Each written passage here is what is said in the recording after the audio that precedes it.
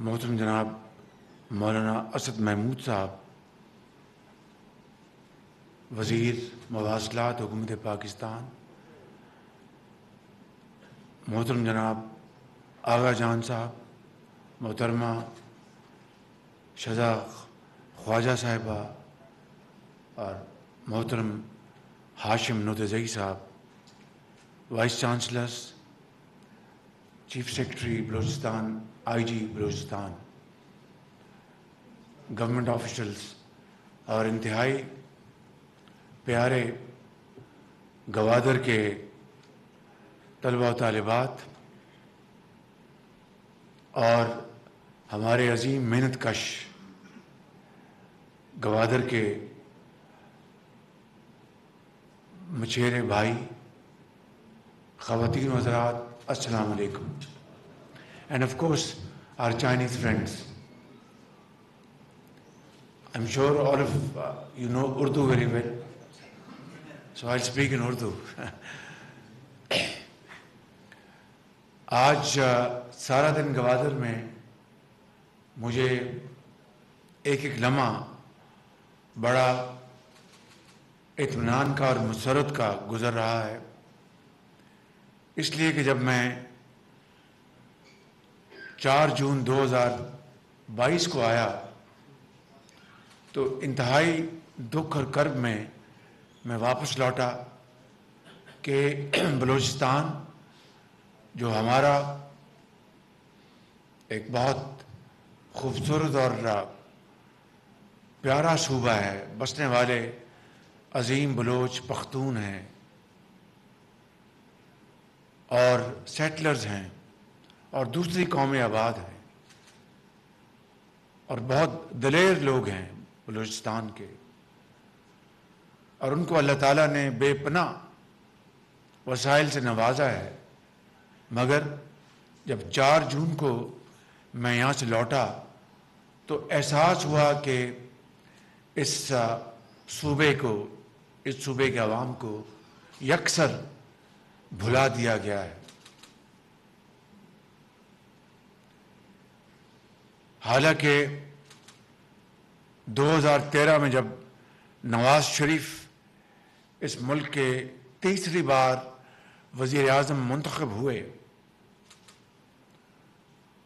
تو گوادر کی ترقی اور خوشحالی اور بلوچستان کی ترقی اور خوشحالی کے لیے انہوں نے بے پناہ اپنی وزراء کے ساتھ، احسن اقبال صاحب تشریف فرمائے، ان کے ساتھ مل کر اور وزیر خزانہ کے ساتھ مل کر بہت عوامی نوعیت کے منصوبے، ان کی منصوبہ بندی کی.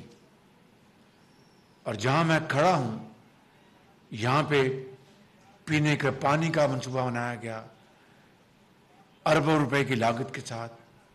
یہاں پر بجلی ایران سے لانے کا منصوبہ بنایا گیا.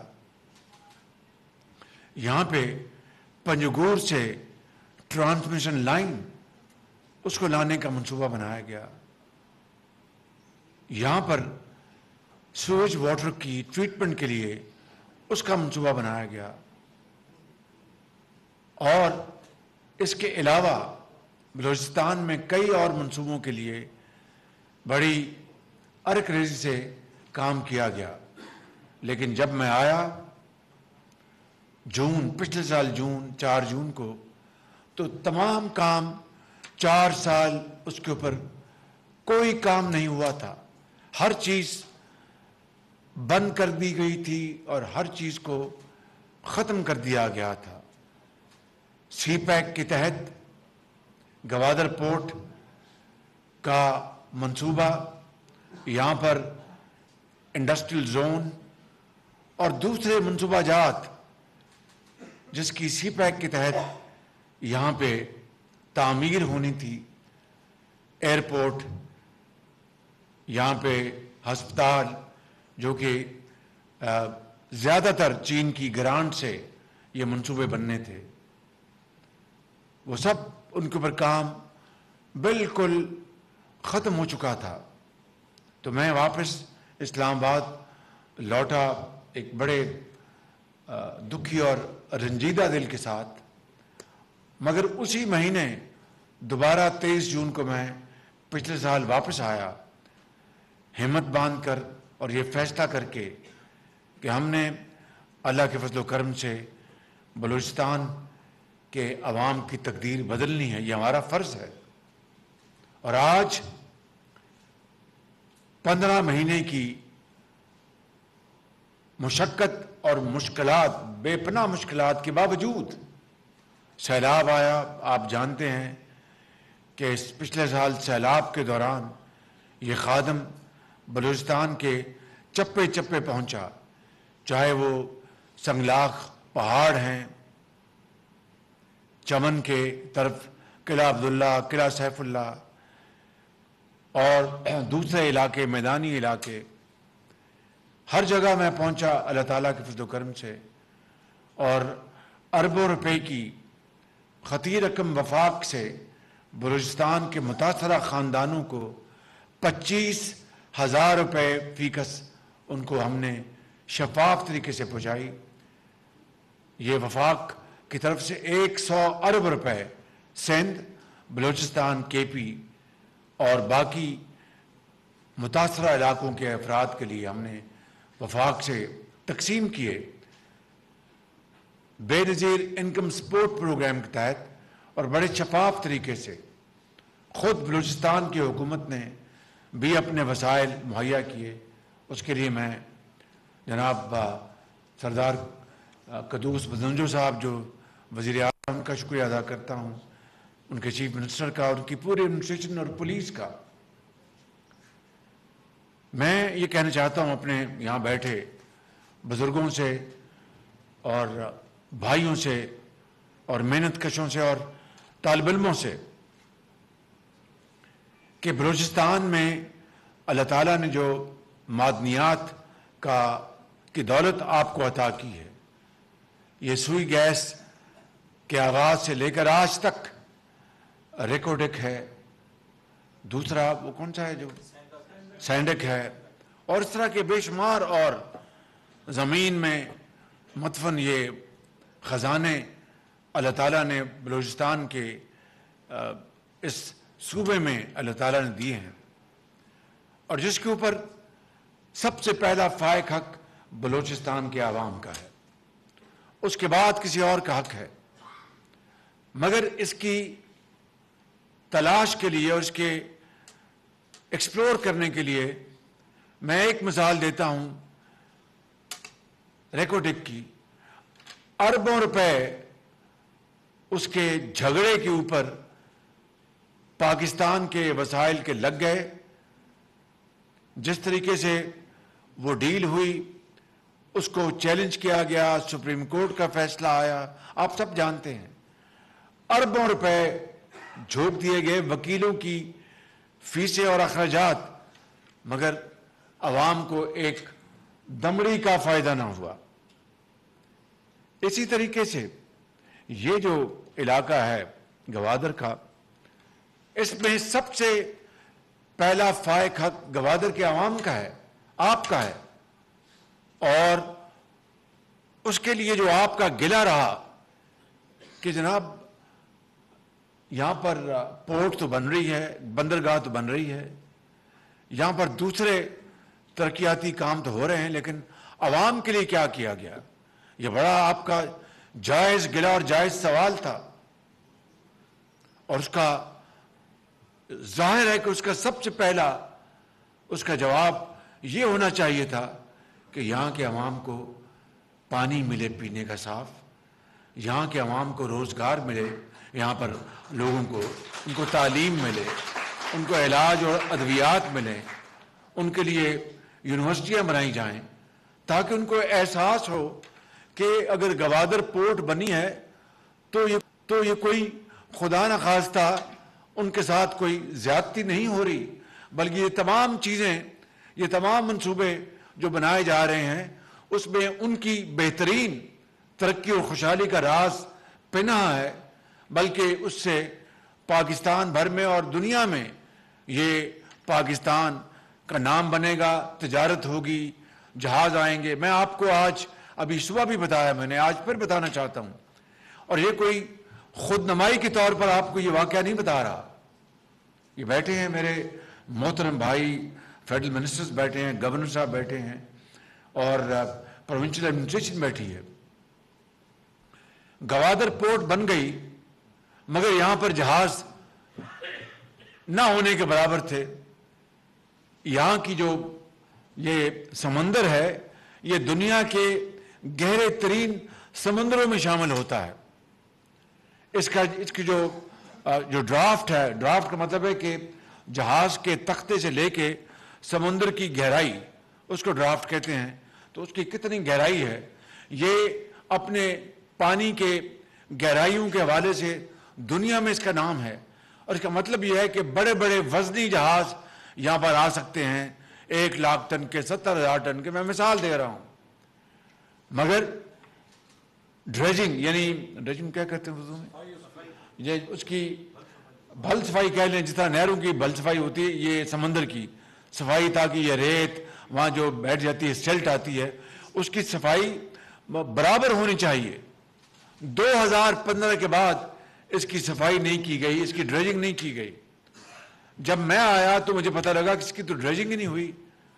اور ہمیں ایک نیا، یعنی مجھے بہت اس دن افسوس ہوا، بہت طبیعت خراب ہوئی کہ بھائی ایک بندرگاہ بنائی ہے اور وہاں پر اگر ڈریجنگ نہیں ہوگی تو وزنی جہاز کس طرح سامان لے کے آئیں گے، کیونکہ جتنا جہاز کا حجم زیادہ ہوتا ہے بڑا، اتنا اس کا کرایہ اس کا کم ہوتا ہے. یہ ایک مروجہ اصول ہے. چھوٹے جہاز آئیں گے اس کا کرایہ زیادہ ہوگا. تو بہرکیف میں بتا رہا ہوں کہ میں نے جو ہمارے جو نیول چیف ہیں ان کو میں نے فوراً رابطہ قائم کیا ایڈمرل نیازی صاحب سے. انہوں نے فوراً اس کی پوری تحقیق کے لیے جہاز بھجوایا. آج ہم نے کانٹریکٹ ایوارڈ کر کے بڑی تیزی سے ڈریجنگ صفائی کا کام شروع ہے، اور امید ہے کہ فروری مارچ میں یہ کام مکمل ہو جائے گا. اس کے بعد وزنی بھاری بھرکم جہاز یہاں پر آ سکیں گے. لیکن جو اصل بات وہ میں آپ کو بتانا چاہتا ہوں. اب بتائیں کہ یہاں پر گوادر میں جہاز آئیں گے تو اس کی مزدوری کن کو ملے گی؟ گوادر کے یہاں پر رہنے والوں کو. اس کا ٹرانسپورٹ کا ٹھیکہ کس کو ملے گا؟ اگر گوادر کے جن کے ٹرک ہیں، ڈرائیور ہیں. اس کی جو سٹوریج ہے وہ کہاں پہ ہوگی؟ اگر ہونی ہے تو وہ گوادر کے گوداموں میں اس کی سٹوریج ہوگی. تو اس کی یہ ساری جو یہ اکنامک سائیکل ہے اس کا فائدہ کس کو پہنچے گا؟ گوادر کے عوام کو اور بلوچستان کے عوام کو. مگر ہوا کیا کہ ان 5 سالوں میں صرف 1,00,000 ٹن یہاں پر سامان منگوایا گیا گوادر، اس لیے کہ اس حکومت کو یہ گوارا نہیں تھا کہ ہم بلوچستان جیسے دور افتادہ علاقے کی ترقی کریں، یہاں پر سی پیک کے تحت منصوبے آگے بڑھیں، خوشحالی کا ایک نظام ایک ہر طرف پھیل جائے. تو ہم نے ان کے زمانے میں 5 سالوں میں صرف 1,00,000 ٹن سامان بحری جہازوں سے یہاں پر آیا. اللہ تعالیٰ کے فضل و کرم سے ہمارے دور میں ان 15 مہینوں میں 6,00,000 ٹن کا سامان یہاں پر آیا اس گوادر کے ذریعے. تو یہ کیا ہے؟ یہ ایک محبت، ایک ذمہ داری، ایک تڑپ بلوچستان کی ترقی اور خوشحالی کے لیے. کیونکہ اگر پنجاب ترقی کرتا ہے تو وہ پاکستان کی ترقی نہیں ہے اکیلے.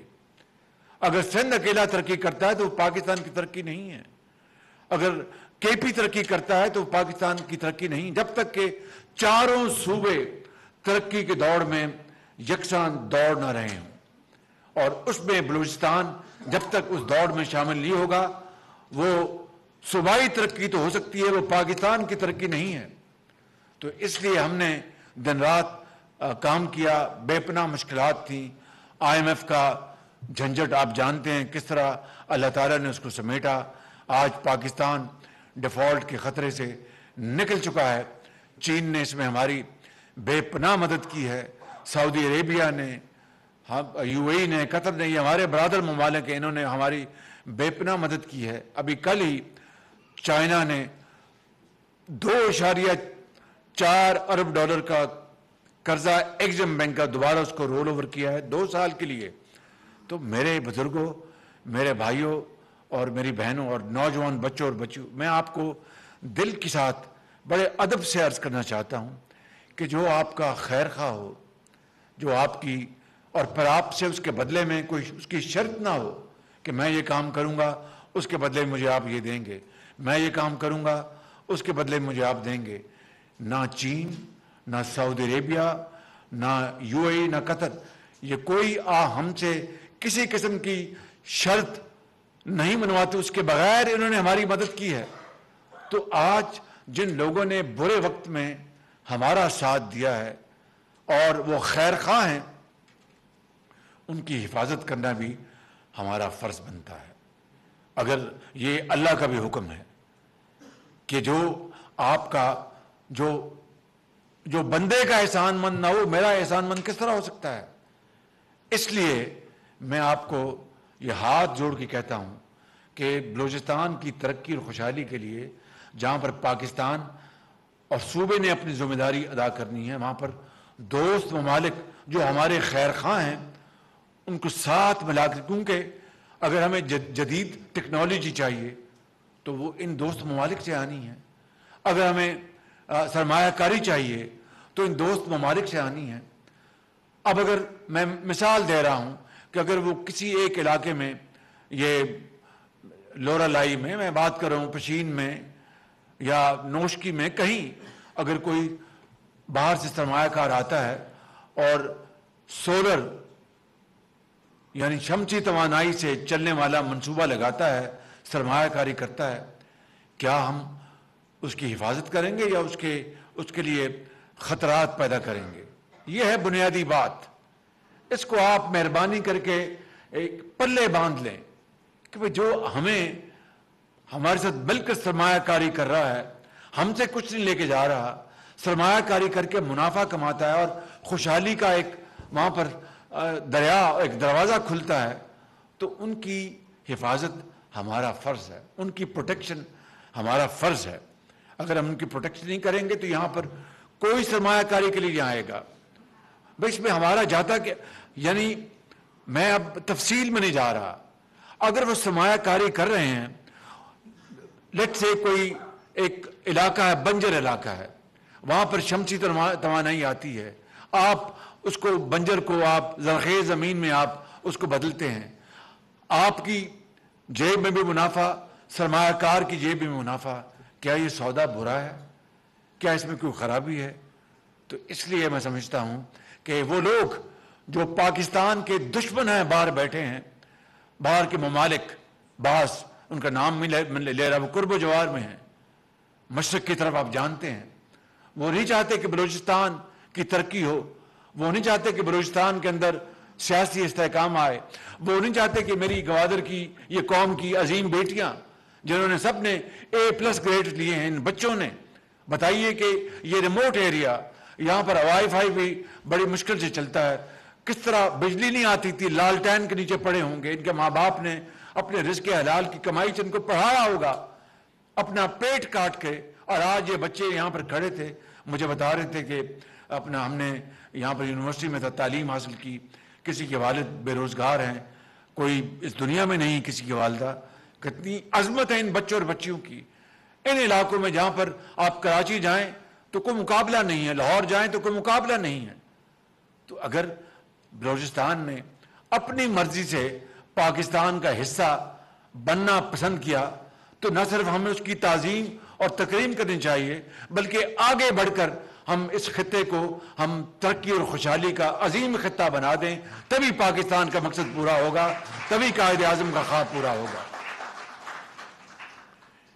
میں دوسری بات یہ کرنا چاہتا ہوں کہ لیپ ٹاپس، آج یہاں پر تقریب ہوئی اس صوبے کی، یہ لیپ ٹاپس 4 صوبوں کی ملکیت ہے، اور ملکیت کا معیار میرٹ ہے. یہ بچے صرف میرٹ پر انہوں نے یہ لیپ ٹاپس لیے ہیں، یہ کسی امیر زادے کو یا امیر زادے کو نہیں مل رہے، وہ اپنے جیب سے خرچے، ان کا کام جانے، اللہ نے ان کو بہت وسائل دیے ہیں، وہ خرچیں. یہ حق ان کا ہے جنہوں نے لال ٹین کے نیچے رات دن محنت کی, بجلی نہ ہونے کے بنا پر پنکھا نہیں چلتا تھا, انہوں نے پڑھا لکھا, آج پوری قوم نے ان کی تعظیم کی ہے, ان کی تکریم کی ہے. تو ہم نے بلوچستان کا جو شیئر ہے, حصہ لیپ ٹاپس میں, بلوچستان کی جو آبادی پاکستان کے حوالے سے تناسب جو ہے وہ 6% ہے. مگر میں نے احسن اقبال صاحب کو گزارش کی کہ ہمیں بلوچستان کا حصہ زیادہ رکھنا چاہیے, لہٰذا لیپ ٹاپس میں آپ کا حصہ 14% ہے, ڈبل ہے آپ کی آبادی سے, ڈبل ہے, ڈبل سے بھی زیادہ ہے. میرا بس چلے تو میں اس کو 20% کر دوں, لیکن پھر یہ فیصل سبزواری صاحب گلا کریں گے, پھر چودھری احسن اقبال گلا کرے گا, پھر یہ اسد محمود گلا کریں گے, جناب یہ کیا کیا آپ نے باقی صوبوں کو پیچھے چھوڑ دیا اور بلوچستان کو آپ آگے لے گئے. اس لیے کہ باقی صوبے آگے ہیں, بلوچستان پیچھے ہے, ہم نے بلوچستان کو آگے لے کے آنا ہے. تو جب ایک گھر میں جب ایک روٹی ہوتی ہے نا, تو پھر وہ چاروں بھائی وہ روٹی کو تقسیم کر کے کھاتے ہیں. جب اس گھر میں 4 روٹیاں ہوں تو چاروں بھائی پھر ایک ایک روٹی کھاتے ہیں. وہ ہم انشاءاللہ اس منزل کی طرف روا دواں ہیں. انشاءاللہ 1 لاکھ لیپ ٹاپ پچھلے بجٹ کے حوالے سے آج تقسیم ہوئے. جو نیا بجٹ ہے 23,024 کا, اس کے اندر 1 لاکھ لیپ ٹاپ اور رکھا ہے ہم نے. اور میں احسن اقبال صاحب اور آپ سب سے معافی مانگ کے آج میں اعلان کرنا چاہتا ہوں کہ اگلا جو کوٹا ہے بلوچستان کا, اس سال کے لیپ ٹاپ میں سے وہ 14 کے بجائے 18% کر دیں آپ.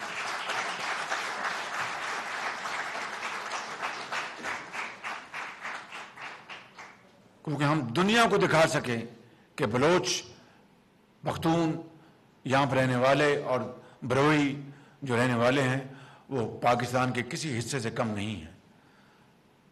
میرے بزرگوں, بھائیوں اور نوجوان ساتھیوں, آج میں اپنی بات کا اختتام اس بات پہ کرتا ہوں کہ پورے بلوچستان کو ہم نے ترقی کی دوڑ میں لے کے جانا ہے. اور چونکہ میں گوادر میں ہوں, گوادر کو ہم نے دنیا کی بہترین سی پورٹ بنانا ہے ہم نے, تاکہ اگر کراچی میں محلات ہیں, لاہور میں محلات ہیں, پشاور میں محلات ہیں, تو اس گوادر میں بھی اور کوئٹہ میں بھی محلات بننے چاہیے. اور وہ کس طرح ہوگا؟ ترقی اور خوشحالی کے ان منصوبوں سے. لہٰذا پھر میں بات ختم کرنے سے پہلے یہ کہنا چاہتا ہوں, جو لوگ یہاں پر سرمایہ کاری کر رہے ہیں, میں نام لینا چاہتا ہوں چین کا, چائنا کا, ان کی سیکیورٹی آپ کو اپنے بچوں کی طرح کرنی چاہیے, کیونکہ وہ ہمارے خیر خواہ ہیں, وہ پاکستان کے دوست ہیں, وہ پاکستان کے عظیم دوست ہیں. کوئی سیاست نہیں کرتے وہ ہمارے ساتھ, کوئی شرط نہیں منواتے. 6 ارب ڈالر, یہ کل $2 بلین جمع کر کے 7 ارب ڈالر انہوں نے 4-5 مہینوں میں پاکستان کو رول اوور کر کے دیا چائنا نے. مجھ سے انہوں نے یہ نہیں کہا کہ شہباز شریف ہم یہ کر کے دے رہے ہیں, ہمیں یہ چیز دے دو, ہمیں یہ فلاں کر دو. دور دور تک کوئی شرط کا کوئی سوال نہیں پیدا ہوتا. دوست تو وہی ہوتا ہے جو برے وقت میں کام آئے. اللہ تعالیٰ ہم سب کا حامی ناصر ہو. میرے ساتھ زور سے نعرہ لگائیں, پاکستان, آواز نہیں آئی, پاکستان, قائد اعظم, قائد اعظم.